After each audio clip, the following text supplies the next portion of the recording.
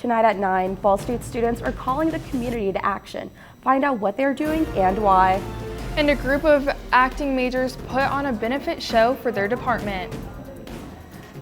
And we're also tracking a warm-up and even a weekend snow system that can bring you some rain and snow. Stay tuned for the full weather.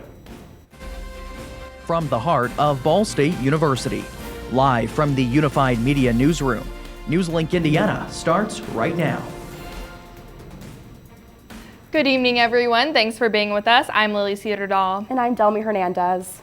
An update tonight to a story we've been following. Students preparing to walk out of class tomorrow, exactly 1 week after a professor called police on a student in the middle of class. And tonight, organizers behind the walkout are talking to us. NewsLink Indiana's Tyler Brummett joins us now with the details about tomorrow's demonstration. Tyler, what are the organizers saying? Well, Lily and Delmy, this really just blew up within a matter of hours, and both people I talked to today say they want to send a message that change is needed, and as reaction from across the country continues to pour in tonight, several students will not be in class tomorrow in a move they say is a must. Are you in this class? Yeah.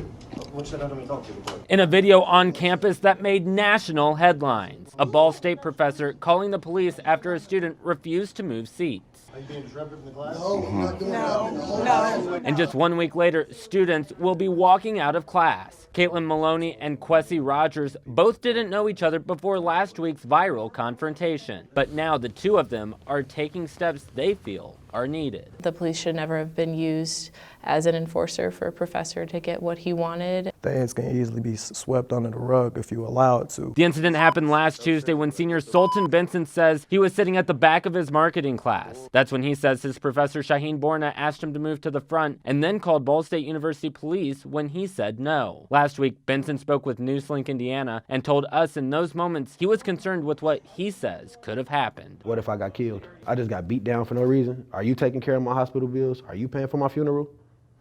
Nah, my people got to handle that. The professor apologizing to Benson, Ball State President Jeffrey Mearns responding Thursday in an email to students. Mearns stopped by the NewsLink Indiana studios Monday to discuss other topics, but says he couldn't comment. But in his initial response, he vowed to make sure things are different. But it was a response Maloney and Rogers say doesn't go far enough. They say, oh yeah, we're going to learn from this situation and we're going to look at this situation and what went wrong and learn from it, but they never actually do anything. Ball State place higher expectations on their students than they do their own faculty. And while some students prepare to walk out of class, Maloney says if the university doesn't make necessary changes, don't be surprised if students walk out again. If by the end of February we don't see response from administration, we're planning to do another walkout, and we will keep doing them until we actually see change at Ball State. Wow, a story that just continues to grow now. The walkout will begin just after 11 tomorrow morning. On the University Greenway, we reached out for a comment from the university about tomorrow's demonstrations. Here's what they said. We are aware of the walkout plan for tomorrow. We have a long-standing commitment to respecting the fundamental right to freedom of expression, which is a hallmark of our democratic republic. We are committed to listening and learning to anyone who is interested in helping us build a more inclusive culture on our campus and in our communities. And meanwhile, the NAACP also releasing a statement, this one on the incident itself, saying in part, the NAACP is outraged by the incident on the campus of Ball State University. Far too often, police are weaponized against people of color impetuously. The actions taken by Professor Shaheen Borna are yet the latest example of thoughtless behavior that yields traumatic and frequently detrimental outcomes. Countless men and women throughout our nation have experienced discrimination, racial profiling, and over-policing at the hands of bigotry and intolerance. And finally, Ball State Student Government Administration,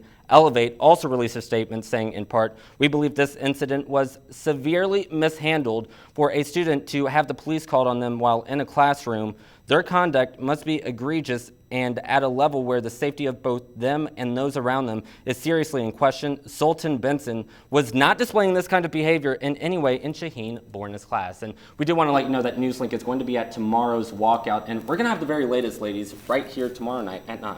All right, Tyler Brummett for us tonight live. Thank you. The message of Sunday's Unity pageant is still resonating on campus. The Unity Scholarship pageant presented by the Black Student Association began in 1968. This event is a student run with the main goal of promoting unity by creating a pageant that is inclusive. This year's show had 8 contestants and hosted more than 400 people in Pruitt Hall. Not only create a pageant for minority women, but you made it for all people.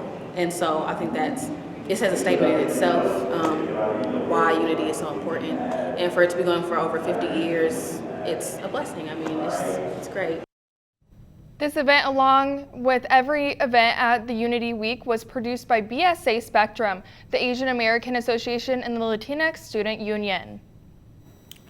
Wow, well, good for them for being out in the cold in that pageant attire. I know I could not. Yes, are the cool temperatures still going to be resonating throughout this week, Tyler? I got some good news. We'll get more into that on my full weather later on. But right here on the radar, we're actually kind of calm. We are seeing a little bit of clouds, some snow flurries up to the northern part of our viewing area. But right here on the temperatures, pretty mild. 34 here in Muncie, 33 in Fort Wayne, 32 in Indianapolis, and 33 in Shelbyville. These temperatures are not going to really fluctuate the next couple of days. They're actually pretty calm. Like I said, right here, the quiet next few days is going to be kind of mild. We are tracking a possible rain and snow event. We'll give a full update of that later on. And then we do have a warm-up. So these cool temperatures are coming to end, but I'll let you know when and what on the timing of that coming up later in the full forecast. The world has lost a legend, and fans around the world are mourning. Kobe Bryant was not only a part of the Los Angeles Lakers organization, but also the city itself. Connor Powell has the latest from outside the Staples Center in Los Angeles. Kobe meant a lot to us all. The tragic death of Kobe Bryant has sent shockwaves around the world. It wasn't just what he accomplished, but how he accomplished it. Fans, friends, and fellow players around the world mourning one of the greatest players ever to grace the basketball court. It seems like a bad dream. Bryant, his 13-year-old daughter Gianna, perished along with 7 others when the helicopter they were traveling in crashed in the mountains outside of Los Angeles. The area around the crash is now on lockdown in an effort to keep curious people and paparazzi away. No one is allowed within 5 miles of the site or allowed to fly any lower than 5,000 feet above. Also killed in the crash, Orange Coast College baseball coach John Altabelli, his wife Carrie, and daughter Alyssa. Sarah Chester and her daughter Peyton Chester also died in the crash. The group was traveling to the girls' basketball game in Thousand Oaks, California, at the Mamba Sports Academy. The investigation into what caused the crash is underway. I guess we'll know in time, but whether it was a fog or whether it was a mechanical problem, but they should have never been flying in that area in the fog. In Los Angeles, I'm Connor Powell, reporting. We are also learning the name of the pilot. One of his neighbors and former work colleague identified him as Ara Zobayan. Stay with us later in the show and we will have a local reaction to the incident. China's issuing a new warning about the coronavirus while they try to keep it from spreading. The virus can be spread by those infected before symptoms appear. Millions of people are on lockdown in central China, which is the epicenter of the outbreak. Here are some of the latest developments. The head of the World Health Organization says he's heading to support the coronavirus response. China has confirmed more than 2,700 cases and at least 80 deaths. Several other countries have also confirmed cases of the virus. The U.S. Centers for Disease Control and Prevention says it's preparing as if this is a pandemic, but hopes it's not. At least 5 cases have been confirmed in the U.S. Watch your bank accounts. That new job opening may not be what you think it is. Next, details to keep you safe from a new scam. And Ball State students in the theater department took action, the opportunities they created after the break.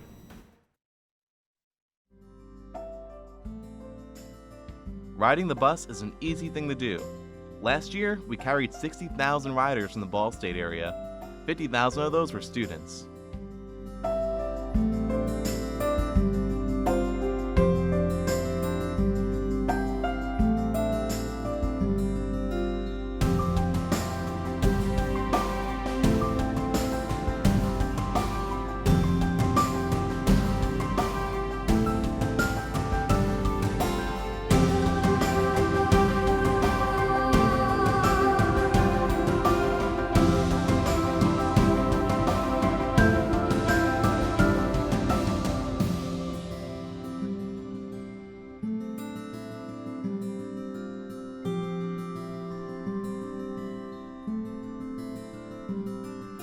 Anywhere you want to go, Mitts will take you there.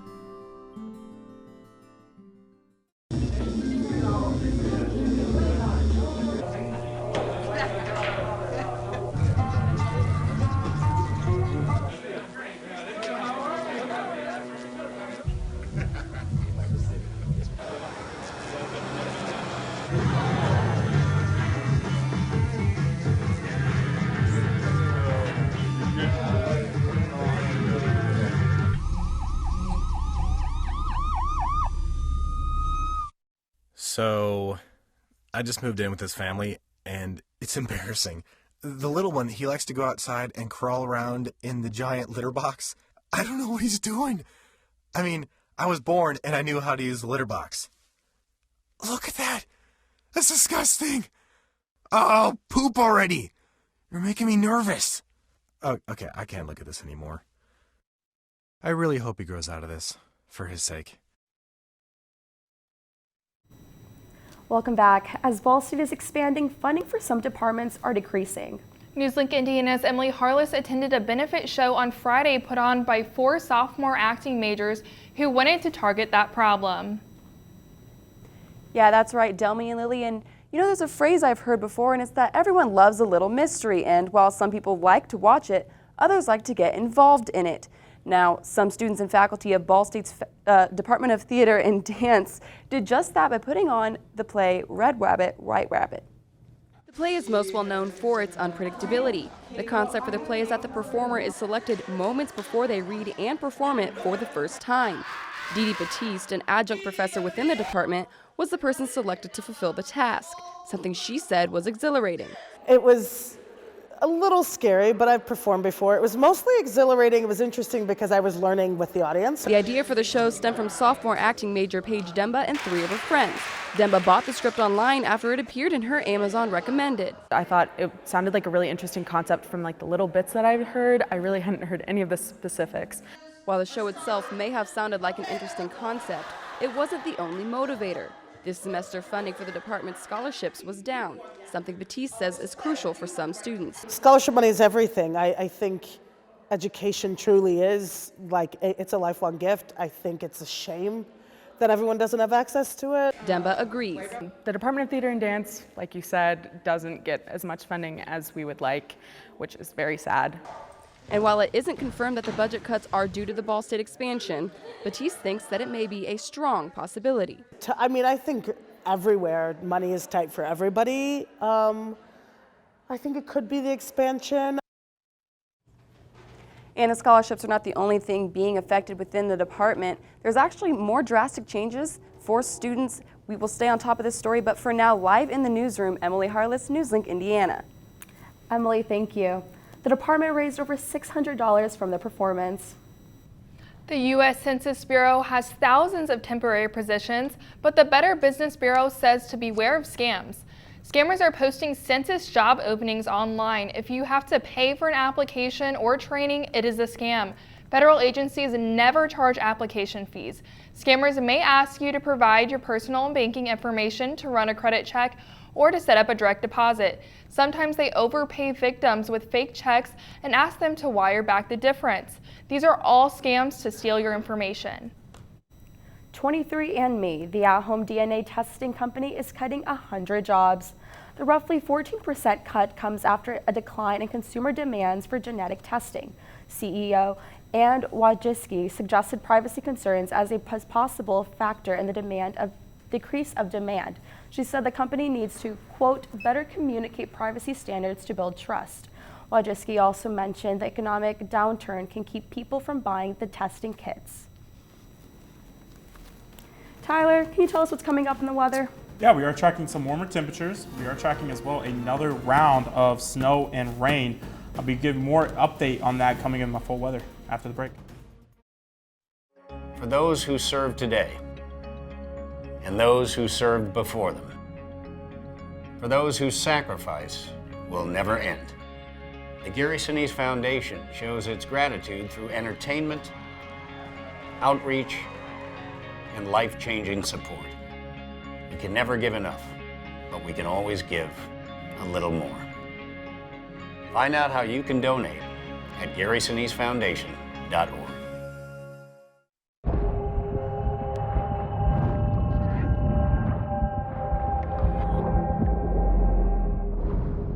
Sometimes there's no do-over. Some things you can't rewind. That's when an extra safety step could mean the difference between a close call and a call to 911. Simple steps save lives. Learn more at poolsafely.gov. Action!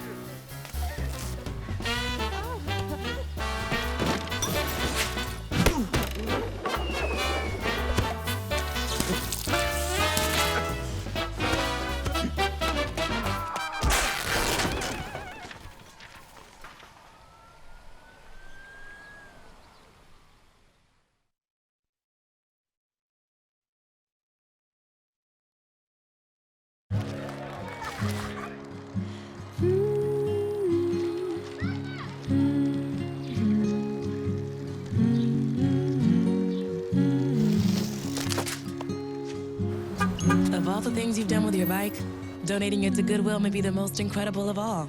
Your donations help fund job placement and training for people in your community, which means your stuff can be more powerful than you think. Goodwill. Donate stuff, create jobs.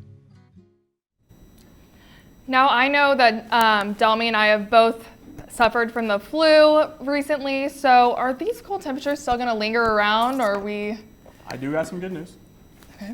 I think cold temperatures are done for right now. We're going to kind of be mild, kind of go out throughout the week, but we do have a warm-up coming up. Stay tuned, I'll give you that. But right here, across here, we are kind of calm. We are not really seeing, we're seeing just a little bit of clouds, kind of north of our view area, just a little bit of flurries, kind of up in Blackbird, little parts of Marion as well, but I doubt that's even reaching the ground. Just a couple flurries here and there, just mainly cloudy. And that's kind of the main story going forward the next couple days. It's kind of just mild. Temperatures right now, 33 in Shelbyville, 32 in Kokomo, up in Fort Wayne, 33. And these temperatures are not really going to fluctuate. They're going to stay around these throughout the night, especially going into tomorrow morning. Now, currents here in Muncie, we're actually at 34 degrees. Look at the high. 35 degrees was the high today. Now, like I said, there's not going to be much fluctuation. It's going to be sticking around, mid-30s. We're going to see 35 all the way down to 32, 33. So it's going to be a pretty mild night, especially going forward. This is kind of the story tomorrow and going into the next couple of days. Like I said, tonight, mostly cloudy. There's going to see a little bit of light fog, low of 32 degrees. Winds are going to be kind of mild, 5 to 10 coming out of the west. And speaking of that fog tracker, that fog is starting to kind of creep down here in our Muncie viewing area. Kind of light fogs up in Portland and Hartford City. As we progress into tonight, that fog is going to be kind of creeping down. So make sure if you have any evening plans, make sure you're wary of that fog and maybe take a couple extra minutes. Just trying to take your time out on the roads as this fog is going to be progressing. Not crazy, but just enough to maybe cause some visibility issues. Now tomorrow, however, we are, like I said, kind of like a twin day today. 9 a.m., 32 degrees by 12 o'clock. It's going to be around 34 degrees and 34 degrees. The winds are going to be kind of increasing a little bit.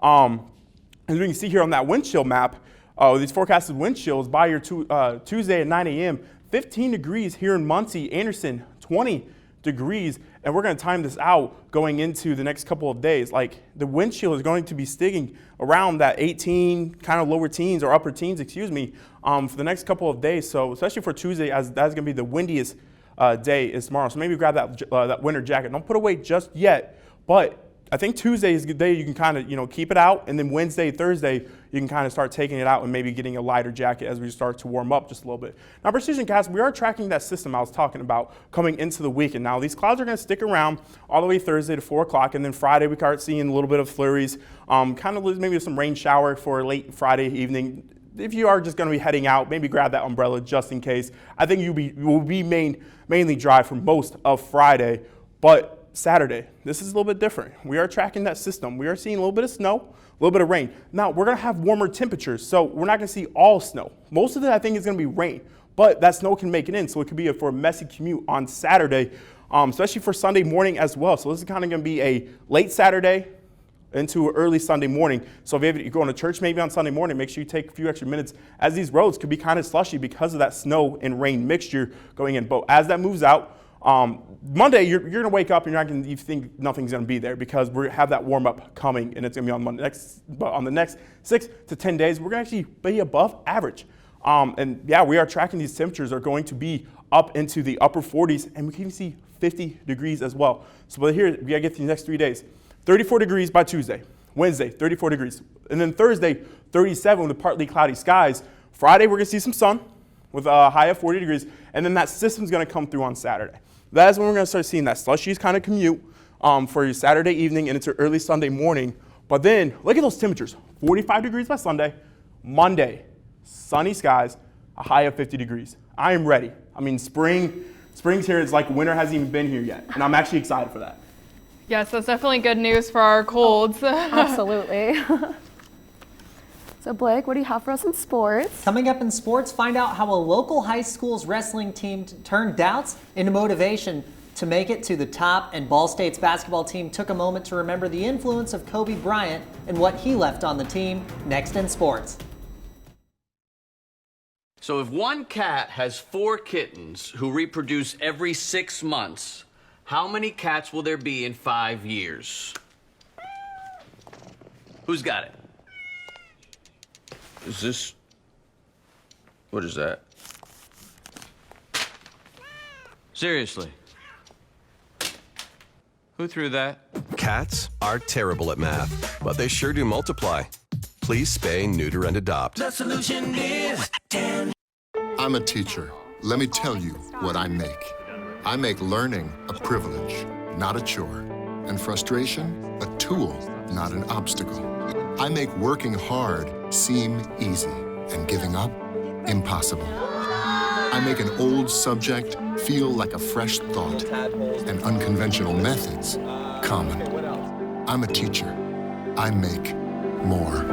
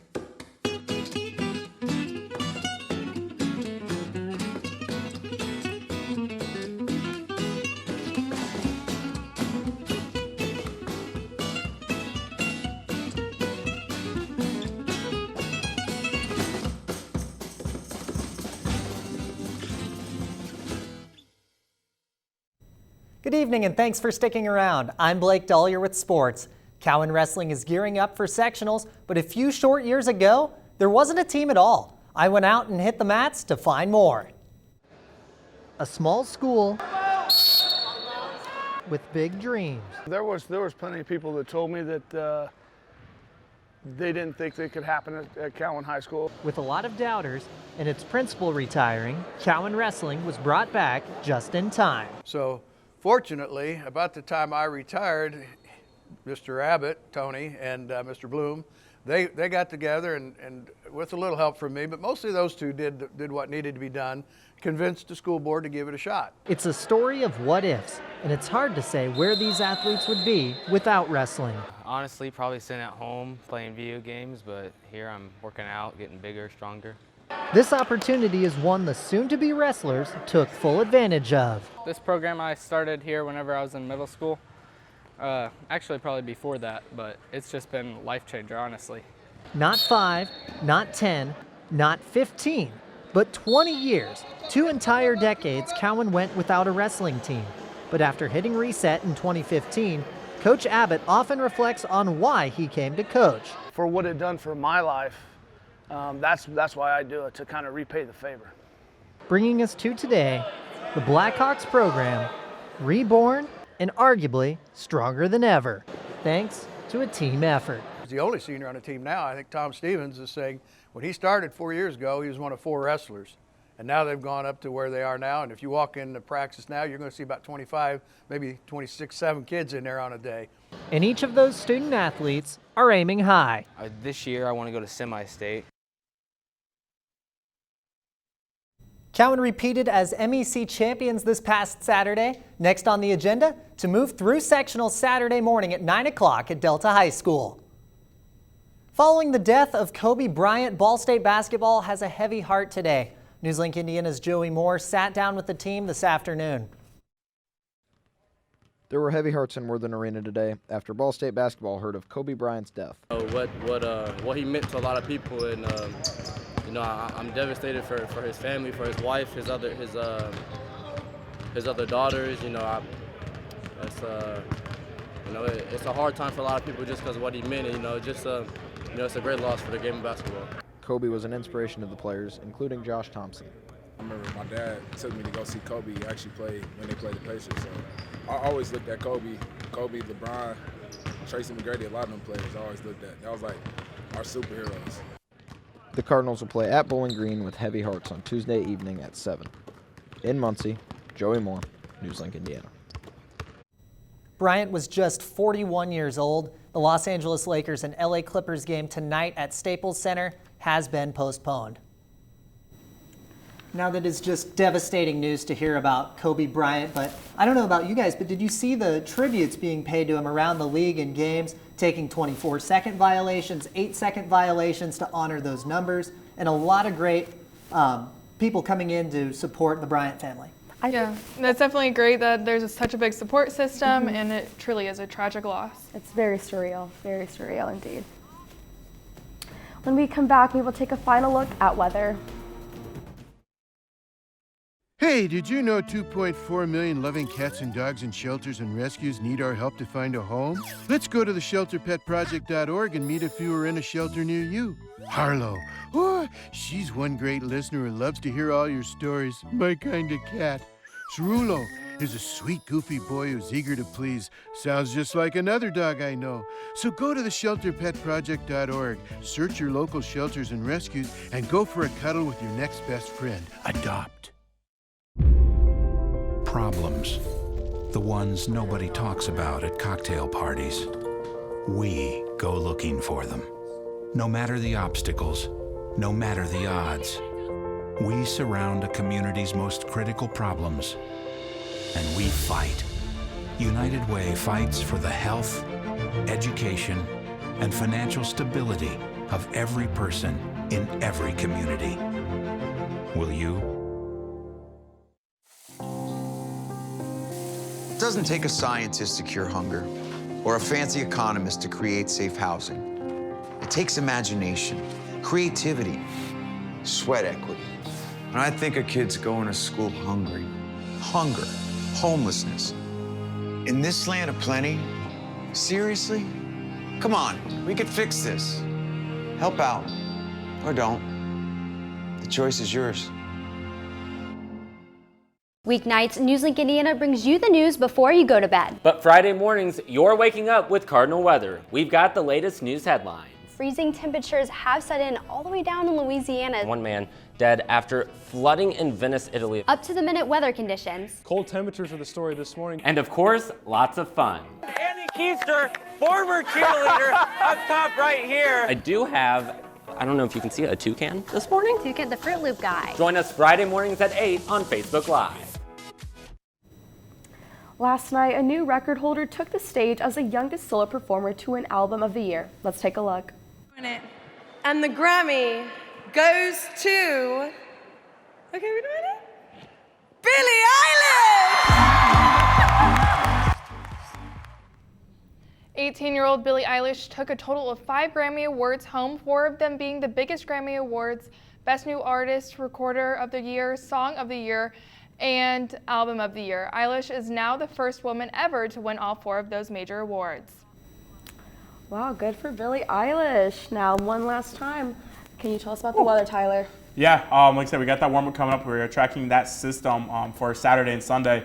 We try to get through the next couple of days, kind of be mild, 34 degrees, and then 37 Thursday, and then get through the system, and then look at that, high of 50 degrees on Monday. Beautiful next couple of days. Awesome. That's all tonight. That's all for tonight. Thank you for watching us tonight. Be sure to join us again tomorrow night at 9, streaming live on the NewsLink Indiana Facebook page. And for news anytime, anywhere, go to ballstatedaily.com. Have a great night.